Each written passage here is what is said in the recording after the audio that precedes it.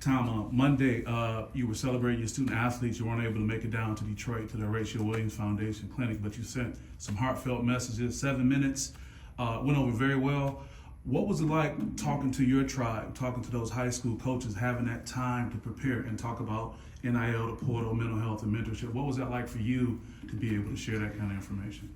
Well, first of all, I love Horatio. He's tried to do so much down in Detroit, and I learned early in my career, I love the high school coaches. I mean, those guys do so much for those kids and make no money. They make no money. And they do a lot for those kids. They bring them up here, they probably bring them to Michigan or Western or Eastern or Central or Oakland, you know. They do a lot for those kids. And I have gotten down to Horatio's event, and I think it is really good. And I sent a quick, you know, I had some questions that he wanted, and I tried to do a decent job. I don't know how it came out, but I tried to talk from my heart. I tried to talk from understanding what, I mean, high schools now are going through NIL. High schools now are going through the transfer portal.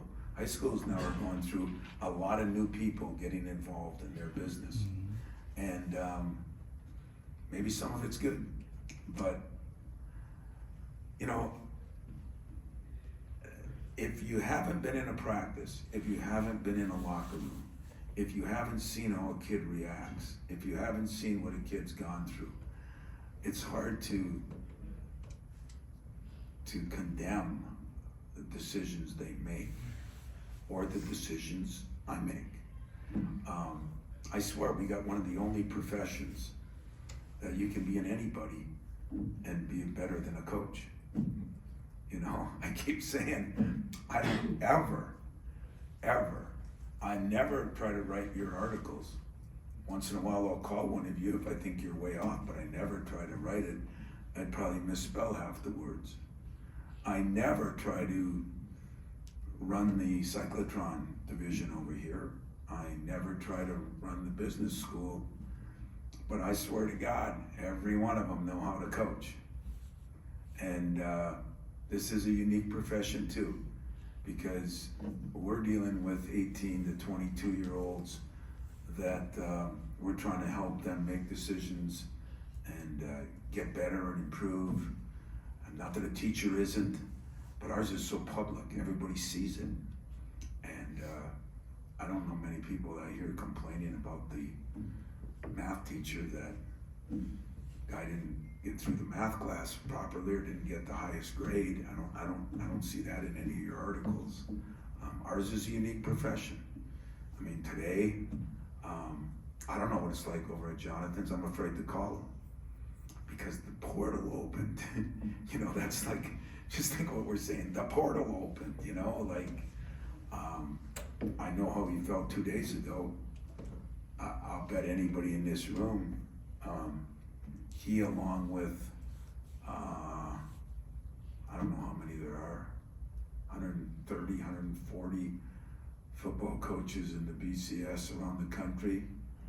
I'd be willing to bet you right now nobody slept last night. And that's okay. As some of my colleagues or your colleagues say, we get paid for those pressures and those things. I'm taking that now. I'm believing you. I just hope you understand the kids are not winning out on all these. They are not winning out on all these.